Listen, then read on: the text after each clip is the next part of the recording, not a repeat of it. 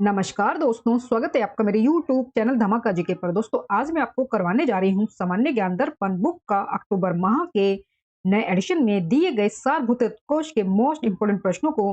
दोस्तों, सारभूत तत्व कोश में विभिन्न विषयों से प्रश्न दिए जाते हैं। सभी प्रश्न विभिन्न परीक्षाओं में कई बार पूछे गए होते हैं और यही प्रश्न आगे भी आपकी होने वाली परीक्षाओं में बिल्कुल सेम टू सेम ऐसे ही उठाकर पूछ लिए जाते हैं। इसलिए आप सारभूत तत्व कोश की वीडियो के प्रश्नों को पूरा जरूर देखें और वीडियो में दी गया कंटेंट पसंद आए तो प्लीज वीडियो को लाइक और शेयर जरूर करें और मेरे यूट्यूब चैनल धमाका जीके को सब्सक्राइब जरूर करें, जिससे आगे भी आपको मेरी एग्जाम रिलेटेड वीडियो मिलती रहे। चलिए दोस्तों, हम वीडियो शुरू करते हैं।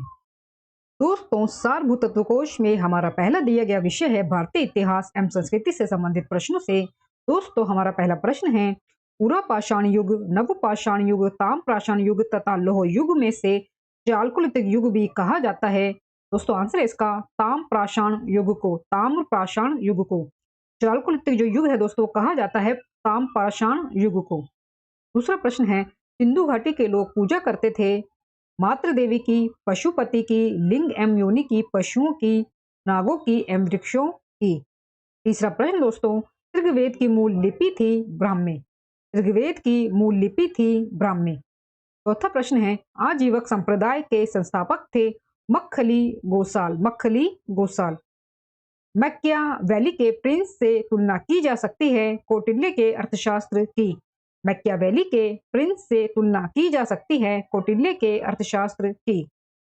विशाखदत्त के प्राचीन भारतीय नाटक मुद्रा राक्षस की विषय वस्तु है चंद्रगुप्त मौर्य के समय में राजदरबार की दुराभिवृत्तियों के बारे में।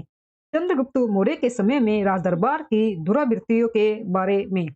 सातवां प्रश्न है, वह मंदिर परिसर जिसमें एक भारी भरकम नंदी की मूर्ति है जिसे भारत की विशालतम नंदी मूर्ति माना जाता है। आंसर है दोस्तों इसका वृद्धेश्वर मंदिर। वृद्धेश्वर मंदिर।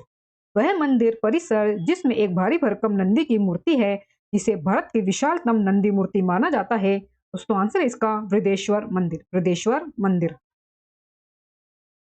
दोस्तों, आगे हमारे पास प्रश्न है, आठवां प्रश्न, पृथ्वीराज चौहान किस नाम से प्रसिद्ध है। पृथ्वीराज चौहान किस नाम से प्रसिद्ध हैं। दोस्तों, आंसर इसका पृथ्वीराज तृतीय के नाम से। पृथ्वीराज तृतीय के नाम से पृथ्वीराज चौहान जो है प्रसिद्ध थे। जब उसने राज तत्व यानी कि किंगशिप प्राप्त किया तो वह शरीयत के नियम और आदेशों के पूर्णतः स्वतंत्र था। बर्नी ने यह कथन जिस सुल्तान के लिए कहा है वह है। दोस्तों, आंसर इसका अलाउद्दीन खिलजी। अलाउद्दीन खिलजी। दोस्तों, ये कथन दिया गया है, ये बर्नी ने कहा था अलाउद्दीन खिलजी के लिए। दोस्तों, कथन दिया गया है कि जब उसने राजत्व प्राप्त किया तो वह शरीयत के नियमों और आदेशों के पूर्णतः स्वतंत्र था। तो वह पूर्णतः स्वतंत्र था। तो यह कथन दोस्तों है अलाउद्दीन खिलजी के बारे में कहा है ये बर्नी ने।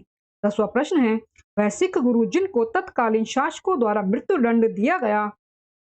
दोस्तों, आंसर इसका गुरु अर्जुन देव एवं गुरु तेग बहादुर। गुरु अर्जुन देव एवं गुरु तेग बहादुर। दोस्तों, आगे हमारे पास विषय राष्ट्रीय स्वतंत्रता आंदोलन से संबंधित प्रश्नों से हमारा 11वां प्रश्न है दोस्तों, 1857 के क्रांतिकारियों में वह जिसका वास्तविक नाम रामचंद्र पांडुरंग था। आंसर दोस्तों इसका तात्या टोपे। तात्या टोपे। तात्या टोपे का दोस्तों वास्तविक नाम था रामचंद्र पांडुरंग। मेवाड़, बागड़ और पास के क्षेत्रों के भीलों के सामाजिक सुधार के लिए लसोड़िया आंदोलन का सूत्रपात किया गोविंदगिरी ने। गोविंदगिरी ने। मेवाड़, बागड़ और पास के क्षेत्रों के भीलों के सामाजिक सुधार के लिए लोसोड़िया आंदोलन का सूत्रपात किया गोविंदगिरी ने। 13वां प्रश्न है, सुरेंद्रनाथ बनर्जी द्वारा स्थापित उस संगठन का नाम जिसका 1886 में इंडियन नेशनल कांग्रेस में विलय हो गया था। दोस्तों, आंसर इसका Indian national conference. Indian national conference. Congress ने पहली बार भारतीय रियासतों के प्रति अपनी नीति घोषित की नागपुर अधिवेशन में। कांग्रेस ने पहली बार भारतीय रियासतों के प्रति अपनी नीति घोषित की का नागपुर अधिवेशन में। नागपुर अधिवेशन में। वह आंदोलन जिसके कारण भारतीय राष्ट्रीय कांग्रेस का विभाजन हुआ, परिणाम स्वरूप नरम दल और गरम दल का उद्भव हुआ, स्वदेशी आंदोलन। स्वदेशी आंदोलन। नेक्स्ट क्वेश्चन है दोस्तों, हेडगेवार ने किस वर्ष राष्ट्रीय सेवक संघ की स्थापना की। वर्ष 1925 में। हेडगेवार ने वर्ष 1925 में राष्ट्रीय स्वयं सेवक संघ की स्थापना की। सरफरोशी की तमन्ना अब हमारे दिल में है, देखना है जोर कितना बाजू एक कातिल में है। यह पंक्ति लिखी थी दोस्तों राम प्रसाद बिस्मिल ने। राम प्रसाद बिस्मिल ने। ये पंक्ति लिखी थी दोस्तों राम प्रसाद बिस्मिल ने। सरफरोशी की तमन्ना अब हमारे दिल में है, देखना है जोर कितना बाजुए कातिल में है। लिखी गई थी राम प्रसाद बिस्मिल के द्वारा। 18वां प्रश्न है दोस्तों, वह व्यक्ति जिसने विदेश में गणतंत्रात्मक सरकार की स्थापना की थी। आंसर है दोस्तों इसका Mahendra Pratap. Mahendra Pratap. Central legislative assembly का प्रथम भारतीय अध्यक्ष स्पीकर था विठल भाई जे पटेल। सेंट्रल लेजिस्लेटिव असेंबली का प्रथम भारतीय अध्यक्ष स्पीकर था विठल भाई जे पटेल। दोस्तों 20वां प्रश्न है, आजाद हिंद फौज का प्रधान कार्यालय स्थित था रंगून में। आजाद हिंद फौज का प्रधान कार्यालय स्थित था रंगून में। दोस्तों आगे हमारे पास विषय भारतीय राज्य व्यवस्था एवं संविधान से संबंधित प्रश्नों से दोस्तों हमारा 21वां प्रश्न है, कैबिनेट मिशन योजना के अंतर्गत संविधान निर्माती परिषद में प्रत्येक प्रांत को आवंटित सदस्य संख्या निर्धारित करने के लिए एक प्रतिनिधि जनसंख्या के अनुपात में था 10 लाख व्यक्ति। 10 लाख व्यक्ति। भारत के संविधान में उद्देशिका का विचार लिया गया है यूएस के संविधान से। यूएस के संविधान से। भारत के संविधान में उद्देशिका यानी कि प्रस्तावना का विचार लिया गया है यूएसए के संविधान से।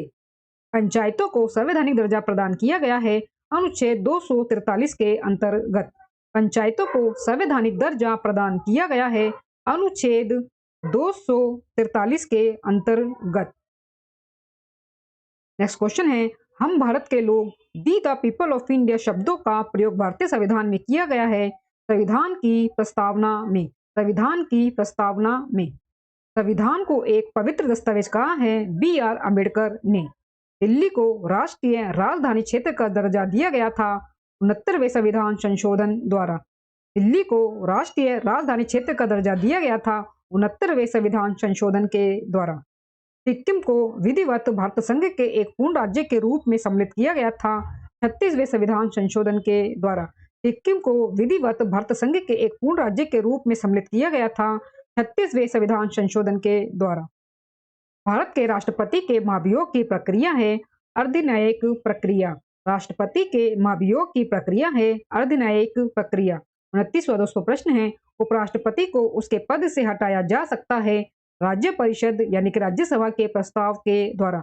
उपराष्ट्रपति को उसके पद से हटाया जा सकता है राज्य परिषद यानी कि राज्यसभा के प्रस्ताव के द्वारा। भारत के प्रधानमंत्री की मृत्यु देश से बाहर हुई। दोस्तों आंसर है इसका लाल बहादुर शास्त्री की। लाल बहादुर शास्त्री की। लाल बहादुर शास्त्री की मृत्यु दोस्तों देश के बाहर हुई थी ताशकंद में। दोस्तों आगे हमारे पास सेक्शन पर्यावरण एवं जैव विविधता से संबंधित प्रश्नों से 31वां दोस्तों हमारा प्रश्न है, जैव विविधता का सबसे महत्वपूर्ण पहलू है पारिस्थितिकी तंत्र का निर्वहन। पारिस्थितिकी तंत्र का निर्वहन। 32वां प्रश्न है, रामसर सम्मेलन संरक्षण से संबंधित था नम भूमि के। रामसर सम्मेलन संरक्षण संबंधित था नम भूमि के यानी कि आर्द्र भूमियों के संरक्षण से। वेटलैंड दिवस मनाया जाता है 2 फरवरी को। भारत की सबसे बड़ी अंतर्देशीय लवणीय आर्द्र भूमि है गुजरात में। भारत की सबसे बड़ी अंतर्देशीय लवणीय आर्द्र भूमि है गुजरात में। 35वां दोस्तों प्रश्न हमें दिया गया है, पारिस्थितिकी तंत्र की जैव विविधता की बढ़ोतरी के लिए उत्तरदायी नहीं है पोषण स्तरों की कम संख्या। पारिस्थितिकी तंत्र की जैव विविधता की बढ़ोतरी के लिए उत्तरदायी नहीं है पोषण स्तरों की कम संख्या। 36वां प्रश्न है, ग्रेटर इंडियन फ्रूट बैट के नाम से भी जाना जाता है इंडियन फ्लाइंग फॉक्स को। ग्रेटर इंडियन फ्रूट बैट के नाम से भी जाना जाता है इंडियन फ्लाइंग फॉक्स को। 33वां दोस्तों प्रश्न है, एक गैस जो धरती पर जीवन के लिए हानिकारक और लाभदायक दोनों है कार्बन डाइऑक्साइड। एक गैस जो धरती पर जीवन के लिए हानिकारक और लाभदायक दोनों है दोस्तों आंसर है इसका कार्बन डाइऑक्साइड। अगला प्रश्न दोस्तों, विश्व का पहला देश जिसने भूमंडलीय तापन के प्रतिकरण के लिए कार्बन टैक्स लगाने का प्रस्ताव रखा। आंसर दोस्तों इसका न्यूजीलैंड। न्यूजीलैंड विश्व का वह पहला देश जिसने भूमंडलीय तापन के प्रतिकरण के लिए कार्बन टैक्स लगाने का प्रस्ताव रखा। दोस्तों आंसर है इसका New Zealand. National bureau of plant genetic resources स्थित है नई दिल्ली में। वह महाद्वीप जिसमें उष्णकटिबंधीय पर्णपाती वनों का विस्तार अधिक है एशिया महाद्वीप में। एशिया महाद्वीप में। दोस्तों आगे हमारे पास जलवायु परिवर्तन एवं आपदा से संबंधित विषय से प्रश्न 41वां दोस्तों प्रश्न हमें दिया गया। इसमें ग्रीन हाउस गैसों की संकल्पना किसने की थी जोसेफ फोरियर ने। जोसेफ फोरियर ने। ग्रीन हाउस गैसों की संकल्पना किसने की थी? जोसेफ फोरियर ने। वायुमंडल के प्राकृतिक संतुलन के लिए कार्बन डाइऑक्साइड की उपयुक्त सांद्रता कितनी है? 0.03%। 0.03%। जलवायु परिवर्तन का कारण क्या है? ग्रीन हाउस गैस है, ओजोन परत का क्षरण तथा प्रदूषण। ग्रीन हाउस गैस है, ओजोन परत का क्षरण तथा प्रदूषण। 44वां प्रश्न दोस्तों, जलवायु परिवर्तन का क्रायोजेनिक संकेतक प्राप्त किया जाता है आइस कोर से। जलवायु परिवर्तन का क्रायोजेनिक संकेतक प्राप्त किया जाता है आइस कोर से। चेरनोबिल दुर्घटना किससे संबंधित है? नाभिकीय दुर्घटना से। चेरनोबिल दुर्घटना संबंधित है नाभिकीय दुर्घटना से। अम्ल वर्षा से वे देश जो सर्वाधिक प्रभावित होते हैं, दोस्तों आंसर है इसका कनाडा और नॉर्वे। कनाडा और नॉर्वे। पीएस फोर्थ मानक भारत में लागू कर दिया गया है 1 अप्रैल 2017 से। पीएस फोर्थ मानक भारत में लागू कर दिया गया है 1 अप्रैल 2017 से। दोस्तों आगे हमारे पास प्रश्न है 48वां प्रश्न, फेफड़े का कैंसर, लंग कैंसर तथा रक्त कैंसर होने की संभावना होती है रेडान गैस से। रेडान गैस से। पारा मरकरी युक्त जल पीने से कौन सा रोग हो जाता है? मिनीमाता रोग। मिनीमाता रोग। भोपाल गैस त्रासदी मिथाइल आइसोसाइनेट मिक रिसाव की घटना हुई थी 3 दिसंबर 1984 को। 3 दिसंबर 1984 को, यह जरूर याद रखें। दोस्तों आगे हमारे पास विषय भारत एवं विश्व का भूगोल से संबंधित प्रश्नों से 51वां हमारा प्रश्न है, सौरमंडल का सबसे भारी ग्रह कौन सा है? बृहस्पति। दोस्तों आंसर है इसका बृहस्पति। सौरमंडल का सबसे भारी ग्रह है बृहस्पति। विश्व की सर्वाधिक लंबी पर्वत श्रृंखला कहाँ है? Andes. Horn of Africa Somali प्रायद्वीप के अंग हैं सोमालिया, इथोपिया, इरिट्रिया तथा जिबूती। सोमालिया, इथोपिया, इरिट्रिया तथा जिबूती हॉर्न ऑफ अफ्रीका के ये दोस्तों अंग है। इसे झीलों की वाटिका कहा जाता है फिनलैंड को। झीलों की वाटिका कहा जाता है दोस्तों फिनलैंड को। 55वां प्रश्न है, पक्षियों का महाद्वीप के नाम से जाना जाता है दक्षिणी अमेरिका को। पक्षियों के महाद्वीप के नाम से जाना जाता है दक्षिणी अमेरिका को। लूनोज पेट्रोल उत्पादक क्षेत्र किस राज्य में स्थित है? गुजरात राज्य में। लूनेज पेट्रोल उत्पादक क्षेत्र किस राज्य में स्थित है? गुजरात राज्य में। भारत में सर्वाधिक दुग्ध देने वाली बकरी की नस्ल है जमुना पारी। भारत में सर्वाधिक दूध देने वाली बकरी की नस्ल है जमुना पारी। जमुना पारी। भारत में सर्वाधिक रेशम का उत्पादन किस राज्य में होता है? कर्नाटक राज्य में। शैम्पेन जनजाति कहाँ पाई जाती है? निकोबार द्वीप समूह में। निकोबार द्वीप समूह में। भारघाट दर्रा किस राज्य में स्थित है? महाराष्ट्र राज्य में। भारघाट दर्रा किस राज्य में स्थित है? महाराष्ट्र राज्य में। दोस्तों आगे हमारे पास भारतीय अर्थव्यवस्था से संबंधित प्रश्न। दोस्तों हमारा 61वां प्रश्न है, जैसे जैसे अर्थव्यवस्था का विकास होता है वैसे वैसे जीडीपी में तृतीय क्षेत्र का अंश बढ़ता जाता है। जैसे जैसे अर्थव्यवस्था का विकास होता है वैसे वैसे जीडीपी में तृतीय क्षेत्र का अंश बढ़ता जाता है। भारत में नियोजित अर्थव्यवस्था किस पर आधारित है? मिश्रित अर्थव्यवस्था पर। भारत में नियोजित अर्थव्यवस्था किस पर आधारित है? मिश्रित अर्थव्यवस्था पर। दोस्तों 63वां प्रश्न है, गोल्डन हैंडशेक का संबंध है स्वैच्छिक सेवानिवृत्ति योजना से। मुंबई अहमदाबाद बुलेट ट्रेन परियोजना जिसकी आधारशिला रखी गई थी 14 सितंबर 2017 को। 14 सितंबर 2017 को। शराब का उत्पादन कर लगाया जाता है राज्य सरकारों के द्वारा। राज्य सरकारों के द्वारा। आईसीआईसीआई बैंक की स्थापना कब हुई थी? जनवरी 1955 में। जनवरी 1955 में।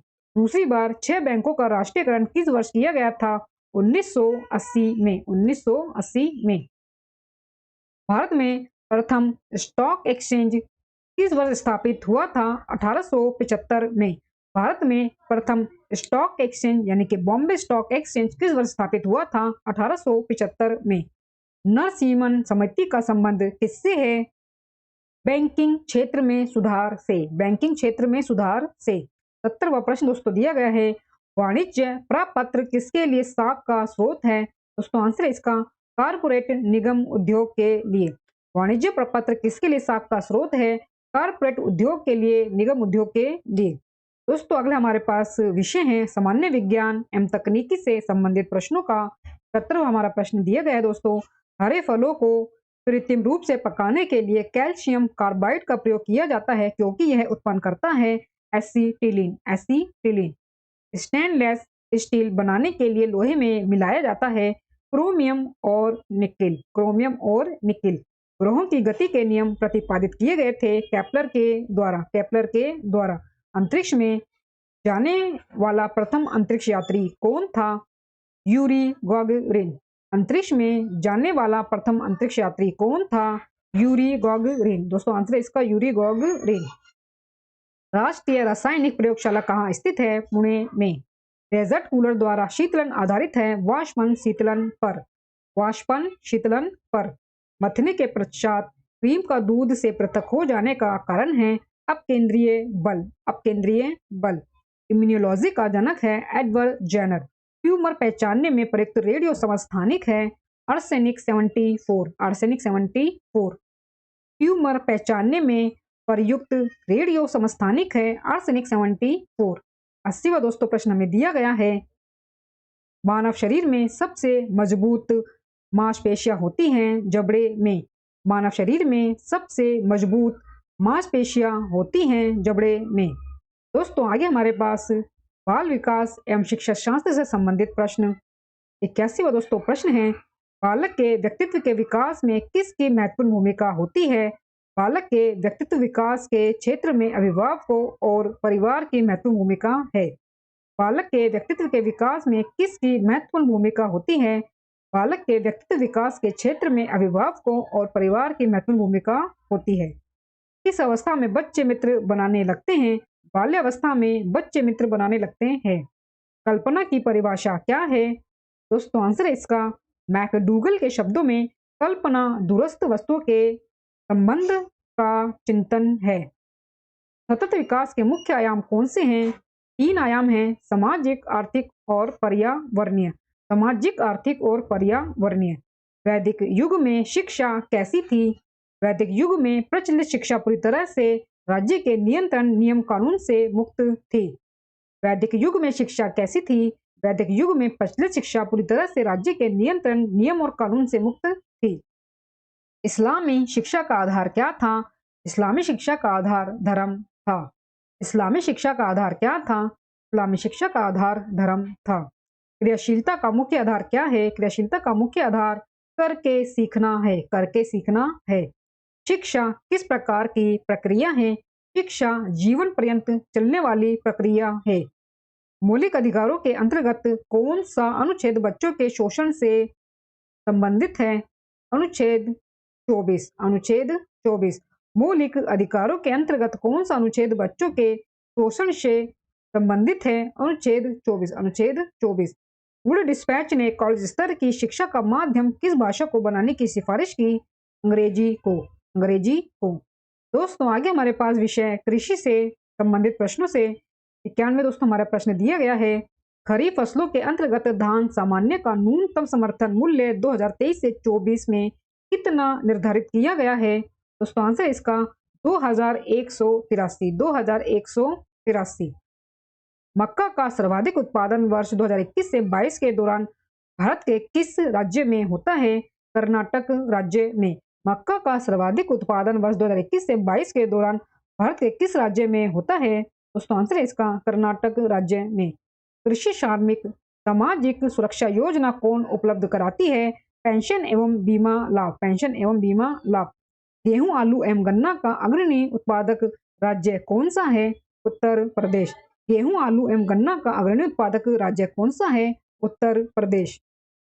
95 प्रश्न है, एक फसली कृषि की विशेषता है व्यापारिक अन्न कृषि की। व्यापारिक अन्न कृषि की। चाय में कौन से तत्व पाए जाते हैं? फिनोइन, caffeine, polyphenols, tannin, polyphenols, tannin, theobromine एवं थियोफाइलिन। चाय में कौन से तत्व पाए जाते हैं? फिनोइन, कैफीन, पॉलीफेनॉल्स, टैनिन, थियोब्रोमाइन एवं थियोफाइलिन। 97 प्रश्न है, विश्व में प्राकृतिक रबर का सबसे बड़ा उत्पादक देश कौन है? थाईलैंड। विश्व में प्राकृतिक रबर का सबसे बड़ा उत्पादक देश कौन सा है? थाईलैंड। उत्तर प्रदेश को कितने कृषि जलवायु प्रदेशों में बांटा गया है? दोस्तों आंसर है इसका 9। उत्तर प्रदेश को कितने जलवायु प्रदेशों में बांटा गया है? आंसर है दोस्तों इसका 9। कृषि जलवायु प्रदेशों में बांटा गया है 9 उत्तर प्रदेश को।